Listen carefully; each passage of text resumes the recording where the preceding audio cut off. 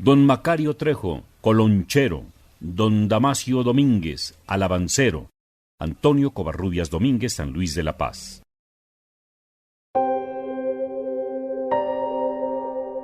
Don Macario Trejo era un señor que vivía en el rancho El Varal, municipio de San Luis de la Paz. Él se dedicaba a la agricultura, y en época de tunas, cuando ya habían terminado de cosechar y ya no tenían trabajo, entonces su único trabajo era hacer pulque con la tuna roja, el pulque colorado, colonche.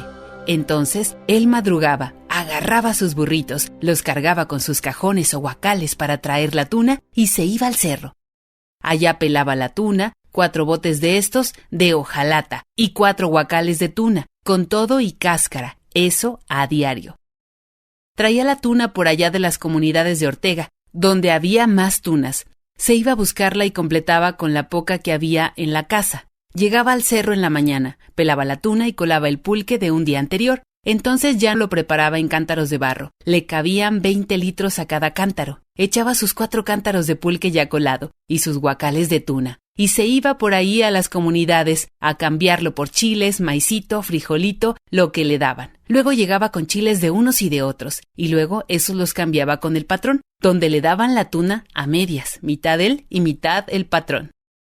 Porque esos montes eran parte de la hacienda, y él podía cortar de ahí porque los mayordomos, que eran sus amigos, le dieron permiso. Había mucha tuna, y no había quien trabajara eso de hacer el pulque. Y él sí, yo desde que me acuerdo ya hacía su pulquito. Yo estaba muy chica cuando ya me llevaban con ellos al cerro a traer la tuna. Cuando yo empecé a conocer que se iban, yo tendría como 7 años y ya me llevaban para que cuidara a los burros, para que vigilara que anduvieran comiendo y que no se fueran lejos. Eso yo hacía y ahí me dejaban y ya se iban ellos. Mi abuelita, mi abuelito y mi tío, que se llamaba Inocencio Trejo. Yo nací en 1940, el 16 de enero de 1940. O sea que lo que yo aquí comento sucedió como en 1947 o 1948. Es decir, yo estaba muy chica. De regreso me colgaban un morral con tunas ya variadas, ya limpias, y venía yo apalancadilla. Y ahí venía yo, que apenas podía con mi carga, porque ya los burros venían cargados con lo que traíamos. Entonces teníamos que caminar desde allá del rancho la semita, o de otro lado, según para donde estuvieran las tunas. Nos íbamos desde las 6 de la mañana, y ya a las 7 o 7:30 andaba uno allá en el monte. A veces estaba muy mojado por el rocío de la mañana, y así andaba uno, todo mojado de los pies. Y entonces, ¿cuáles zapatos? Puro guarachito traía uno. La tuna la enganchaban con un gancho largo, porque había nopales muy altos, con una rozadera en una garrocha. Se agarraban unos a enganchar y otros a pelar la tuna. Yo, ya más grande de edad, también les ayudaba a pelar la tuna, y cuando acabábamos de despatar la tuna entera, con todo y espina, sin que se nos rompiera ni se agujerara, otros la vareaban y llenaban los guacales. Así, a diario, llenábamos 4 botes de tuna pelada y 4 guacales con tuna sin pelar, que también se llevaban a vender por allá. Había quien les compraba una caja entera o un bote, y así era el modo de vida. La tuna que utilizábamos era de muchos tipos: la roja, hartona, redonda, morisquilla, puerca. Esta la daba un nopal chaparrito, que se llenaba de tuna, y así le decíamos, puerca, pero muy sabrosa. Había unos manchones grandes de este nopal que hasta hacían montones y montones de esa tuna. Mi abuelito tenía un espacio cercado por ahí mismo en el monte. Iba, lo desmontaba, lo cercaba con ramas y nopales, entonces cortaba unos palos de huizache, de lo que hallaba. Como chicoles, los enterraba y ahí sentaba los lebrillos que eran de barro, grandotes como un cazo, y ahí les echaba la tuna, ya batida con su pie de pulque, que les ponía del día anterior. Tenía una canasta con que colaba el pulque, ya fermentado, y él sabía cuánto tenía que dejar en el lebrillo para echar ahí la tuna nueva, y así empezaba a trabajar el pulque, a hervir la tuna. Ese era el pie. Los lebrillos los curaban de nuevos, echaba un traste con brasas de carbón y le ponía azúcar y canela. Ya que empezaban a humear, entonces embrocaba el lebrillo y los tapaba bien con un trapo. Después de un rato, así tapados, los destapaba y los ponía en su lugar. Estaban todos humeantes, oliendo a canela. Allá tomábamos un lonchecito, y para cuando acabábamos de pelar la tuna, Llevábamos aguamiel de maguey o un tecito y unas gorditas, de esas gruesecitas, con frijolitos y nopales. Ya cuando llegábamos a la casa, almorzábamos lo que habían hecho en casa, y entonces ellos cargaban sus burros y se iban a venderlo. Se iban por allá por los amoles, el mezquite, las flores, Begoña, por ahí donde habían muchos riegos. Ahí les compraban el pulque, les daban chiles, les daban jitomate, los canjeaban y ya regresaban en la tarde, cenaban, y entonces a prepararse para otro día temprano volver a salir. Mi abuelo cerraba muy bien aquel lugar cercado, con espinos, con ramas. Ahí nadie entraba, y al otro día que llegábamos iba a ver a sus lebrillos. Estaban que derramaban, hervían, tirándose por los bordes. Entonces él tenía un acocote largo, como guaje, lo metía hasta abajo, le sorbía y lo colaba en la canasta. Salían unos olores que daba el pulque. Así iba llenando los trastes en que lo colaba, y la semilla la iba tirando, y luego a llenar los cántaros, ya con el pulque nuevo que se llevarían a vender. A los 8 días cambiaba el lebrillo, lo lavaba y lo volvía a curar. Así no se le hacía fuerte el pulque. Y mi papá también le ayudaba. A veces mi papá y mi tío se iban a vender, y mi abuelo se quedaba en el rancho haciendo otras cosas. Ese era su trabajo. Yo crecí y él siguió haciendo su pulque por muchos años, hasta que ya no pudieron entrar al cerro, porque cuando entró el ejido en Ortega, en el de la Semita, ya no era tan fácil entrar. Ya nomás mi abuelo se ponía a hacer su pulque con la poca tuna que había en la casa. Después mi papá me empezó a platicar que ya les habían dado la resolución de la tierra, entonces le dije a mi abuelito que ya íbamos a dejar lo que era del patrón. Lo vamos a dejar y nos vamos a ir a donde nos dieron. Y me contestó, bueno, pues ya hay que ir dejando aquí las casas, cambiándonos para allá, hasta donde nos tocó, allá por el Ojo de Agua. Del Ojo de Agua para acá, donde nos guste. Pues ya, hay que hacer lucha de ir saliendo, me respondió. Mi abuelito ya en ese tiempo estaba enfermito, ya no podía trabajar, ya no podía ayudarnos. Ahí que te ayuden a ir acarreando cosas, así me dijo. Pues ya luego los mismos compañeros del mismo grupo de ejido empezaron con la mudanza. Techos, casas enteras, así iban con sus casas. Me imaginaba yo como los animalitos que van las hormigas con su desfile, así iban ellos, con sus techos de las casas cargados hasta el nuevo lugar. Y ya el otro día o más tarde le tocaba a otro compañero, y así nos fuimos cambiando. Y nosotras, chiquillas, a acarrear todo lo que era de la cocina, todo lo que podíamos, en los burritos, llenábamos los guacales y echábamos todo lo que se podía. Y así andaba yo, vuelta y vuelta. Todo acarreábamos, piedra, nopal, lo que podíamos cargar, porque yo era la más grande de la familia de mi papá. Echábamos 2 viajes al día, o 3 hasta allá, desde el Varal hasta el nuevo lugar, que después se llamaría La Merced. Pero todavía no tenía nombre. Llegamos y buscamos dónde. Yo creo que de aquí, yo creo que de aquí a acá. Así empezamos a echar medidas. Les dijeron, ay, agarren hasta donde puedan echar cerca. Y entonces dijo mi papá, yo creo que nosotros nos quedamos aquí, junto al arroyo. Está grande, nos protege, y eso nos ayuda a no cercar ese lado. Y ya fue que así se acordó ahí donde viviríamos. Y ya que acarreamos todo, ya le dieron las gracias al patrón, don Evencio Rivera, y ya nos venimos. Era de él desde el Varal hasta donde pegaba con Cerro Blanco, y de este lado hasta el cerro de Buenavista. Todo el cerro hasta donde pegaba con los amoles, el mezquite, todo era de don Evencio. Me acuerdo que nomás llegamos al llano, no había ni huizaches grandes, puros árboles chiquitos. Ya llegamos ahí a poner todo amontonado, mientras mi papá terminaba un techo. El techo que habían traído de El Varal, pues nomás lo pusimos sobrepuesto, y ahí metimos lo que se pudo, y lo que no, afuera, amontonado. Y ya empezó a hacer mi papá otro cuartito, de lodo y piedra, de adobe, y la cocinita creo que nomás atravesó unos palos, los formó, y ahí le fue metiendo cebollín, de esas matas de cebollín, y fue echando la cocinita. Sí se le batalló un tiempecito, porque no teníamos ahí nada. El agua íbamos a traerla hasta la noria, que está acá abajo. Se le batalló, pero a nosotros nos gustaba mucho porque decíamos, ¡ay, aquí está bonito! Porque veíamos para todos lados y en el Varal, no, nomás para acá. Nosotras andábamos muy contentas acá, ya que nos cambiamos, porque mi mamá no se quería venir, no quería dejar su casita. Ya al último, cuando nos venimos todos, que nos trajimos todo, ya nomás esperó en la noche para agarrar sus gallinas, a echarlas en los guacales y ya llegó acá en la noche, un 24 de diciembre. Ya mi tía Carmen vivía acá, ya tenía días acá, hizo su altar para su Nochebuena. Ya luego llegó mi mamá y entonces hicimos nuestra primera fiestecita acá. Tenía mi tía Carmen un huizachito más grande. Ahí hizo su nacimiento, debajo del huizachito con ramas que fueron a traer al cerro. Andábamos muy gustosas y ya crecimos acá.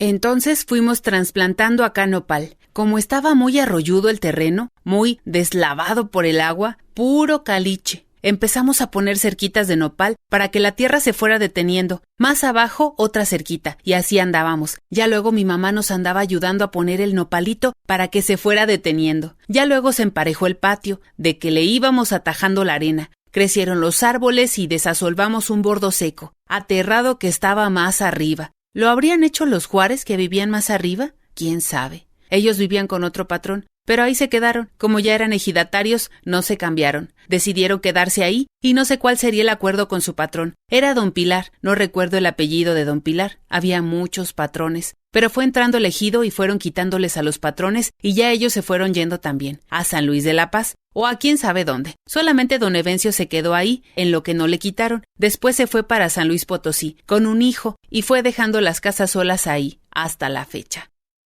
Para cuando salimos le dieron las gracias a don Evencio, de tanto año que estuvimos trabajando con él. No se preocupen, decía. Lleven nopalito de aquí, de la nopalera, carguen para que pongan allá.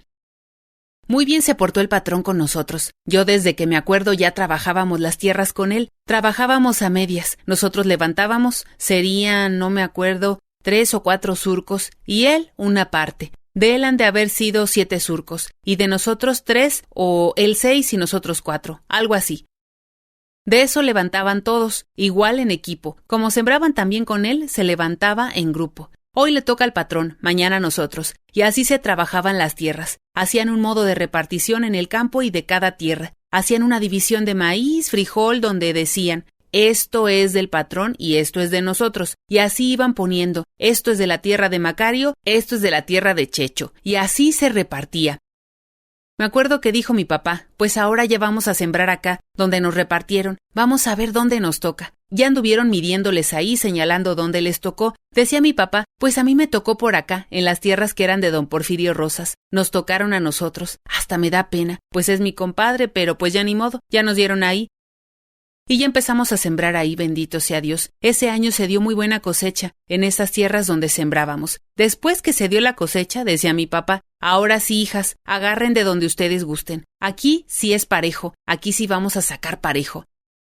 Y sí, así era, nada más nos agarrábamos a recoger parejo. Bendito sea Dios, ahí ya empezamos a tener más maíz, más frijol, ya había modo de vender una parte, y pues siempre con el patrón no, siempre sacábamos menos, nomás para el gasto, luego a veces sí era poco, ni para el gasto sacábamos. Ahí andaba mi papá comprándole al patrón frijol, maíz, luego si no había dinero le decían: préstenos mientras se da la cosechita. No, pues acá ya teníamos hasta para vender. Un año mi papá vendió maíz porque se enfermó mi mamá y no había de dónde. La tenía internada en San Luis, en el Hospital de Salubridad. Era el único que había, era un hospitalito, y ahí la internaron. Se iba en la noche a estar con ella y venía a acabalar lo que nos faltaba a nosotras de desgranar. Y ya se llevaba una nega de maíz, la vendía y pagaba lo del hospital, y al otro día otra vez, y otro día, y así. Ya luego se mejoró mi mamá, y ya se la trajo para la casa. Vivimos en paz, ya ahí, trabajando nuestra tierra. Ya yo fui creciendo y empecé a ayudarle a mi papá con los animales, a darles agua, a darles de comer. Después le ayudé con una yunta, él con otra, y ya sembrábamos entre los dos toda la tierra, que eran 3 hectáreas. Mi abuelito ya no hacía su pulque, ya estaba enfermo cuando nos cambiamos, y ya no duró mucho. Los primeros años que se dio la cosecha andábamos acarreando vuelta y vuelta con nuestros burros, y teníamos unos lomillotes de rastrojo con todo y maíz. Ya empezaban a hacer una pilota grandota, que andaba mi papá por allá arriba haciendo su pila. Estaba mi abuelito sentado por ahí, en el solecito, y todavía me dijo: ay, hija, ¿qué de maíz tienen ahora? ¿Qué de maíz nos socorrió Dios ahora? Ahora sí van a poner una pila, que nunca la habían puesto. Mi hermano Manuel es más grande que yo, pero como él ya empezaba con su guitarra, se iba por allá, pues no había más que 4 músicos por aquí. Eran 2 del Varal, Juan y José Leal, y Román Covarrubias, y mi hermano Manuel. Luego agarraban otro por los amoles. De ahí era un señor que le había ayudado a mi hermano a aprender guitarra, don Audón, un señor que estaba cieguito. Y pues ya se lo llevaban para que les diera clases de guitarra. Pues nada más había guitarra y violín y guitarrón. Y ya entonces los traían por ahí, y pues no había más, iban y venían, que vamos a tal parte, a una boda, ahora vamos para allá, pues ya ni le ayudaba a mi papá, ya luego como a los 14 o 15 años, ya se iba para México a la capital. Ya después los mismos ejidatarios empezaron a buscar nombre para el ranchito, que ya era un rancho fundado por los de El Varal, Cerro Blanco, Los Amoles. Todos los que eran ejidatarios de otras comunidades tuvieron que juntarse ahí y buscaron dónde hacer sus casas. Luego empezaron a hacer una capillita con piedra y lodo. Empezó a ir el padre a dar misa. Él les dijo que buscaran un nombre, una imagen para venerar, y ahí empezaron todos a sugerir nombres. No sé a quién se le ocurrió, pero dijeron que con el santo de la señora Mercedes Velázquez. Vamos a ponerle la Merced, dijeron unos, y otros decían que no. Total, que en una de esas fue Pueblito López a México y se trajo una imagen de bulto de Nuestra Señora de la Merced, y es la imagen que está ahí todavía. Así se fundó.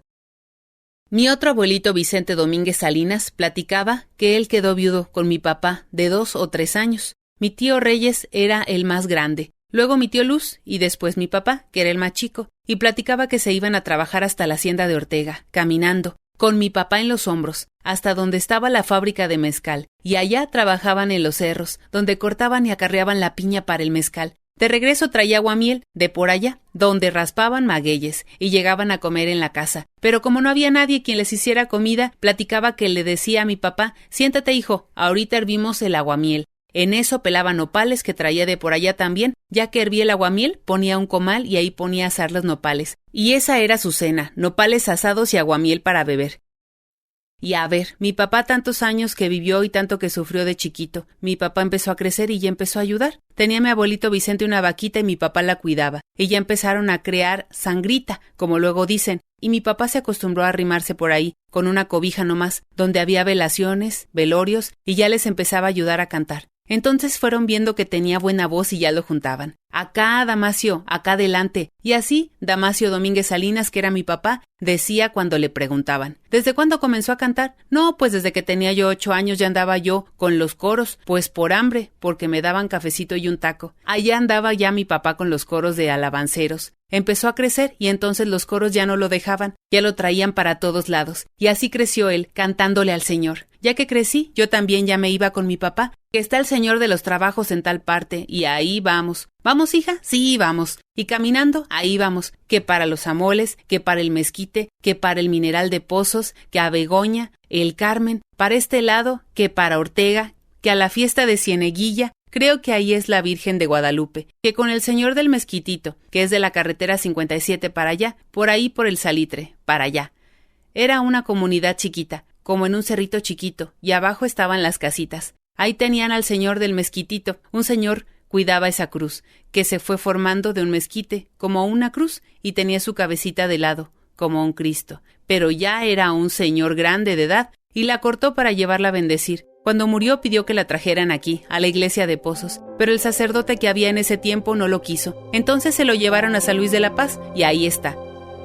Después que falleció mi papá en 2009 le hicieron un homenaje póstumo del gobierno de Guanajuato, por su tradición alabancera y por mantener vivos los cantos al Señor de los Trabajos.